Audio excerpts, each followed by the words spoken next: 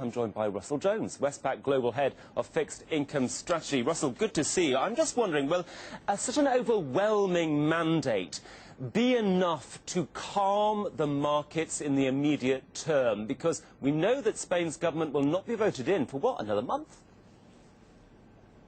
I think, frankly, that's very unlikely. Markets have begun the week very tetchily here in the Far East. There really is a sense that this isn't going to make a whole lot of difference. In many ways, Spain's fiscal policy, Spain's overall policy framework is being set in Brussels and in Berlin at the moment rather than in Madrid. I don't think they have more than just a little bit of wiggle room, quite frankly. And there are bigger fish to fry for the financial markets at the moment. The focus is on Italy, the focus is on France. It's an environment where I don't think this election is going to have a great deal of impact in the short term. That's quite a depressing outlook. What do you think Mr. Rajoy's first priority should be then? Well, I would say that actually the big fiscal deflation is probably not the right move at this particular juncture. I think that that's only going to make things worse, quite frankly. I think that when you try and fiscally deflate your way to growth and you don't have an exchange rate offset, all you're actually going to do is probably depress the economy even further. Unemployment's already way above 20% in Spain. For the youth, it's double that, if not more. And I'm not sure that more spending cuts and more tax increases are really the right thing at this particular moment.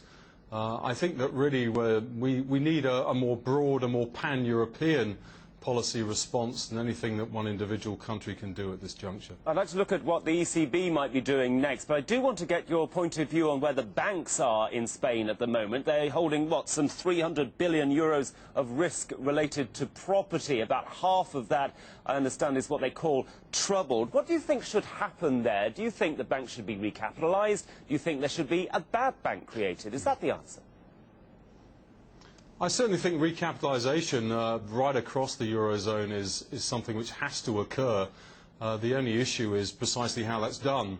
Whether perhaps it's done by the ECB buying all the government bonds of all the peripheral economies in a very aggressive way, that would certainly recapitalise the banks, or whether it's done by governments themselves providing that additional cash, that additional funding. But we're not going to get out of this crisis until the European banking sector is put back on a more firm and a more sustainable footing. And what about the role of the ECB? Because yet again over the weekend those divisions between France and Germany, notably about the role of the ECB and it being a lender of last resort, again coming to the fore. Do you think the ECB should really take a stand on this and maybe make an example of Spain and say, you know what, we know you're on the right road to recovery, so what we're going to do, we're going to fight to keep your yields at, what, 4–4.5%? Is that possible? I think probably at this particular time it's what we need is a much more aggressive approach from the ECB in terms of that bond purchasing programme. Frankly, though, it doesn't feel at the moment like they're ready to embrace it. I think we need some kind of trigger to, how shall I put it, concentrate minds in Frankfurt. And I can think of two particular triggers that would do that. One is if there really is the prospect of deflation in the Eurozone, that would give the ECB a reason to become more aggressive. And secondly would be if German bond yields started to rise significantly. And we saw just the first signs of that on Friday. Let's say we got bond yields, 10-year bond yields at 5%. I have no doubt that the ECB would be in a very aggressive, a very big way. And if we had economic forecasts that pointed to falling prices, I also think that that would be something which would trigger a much more aggressive approach.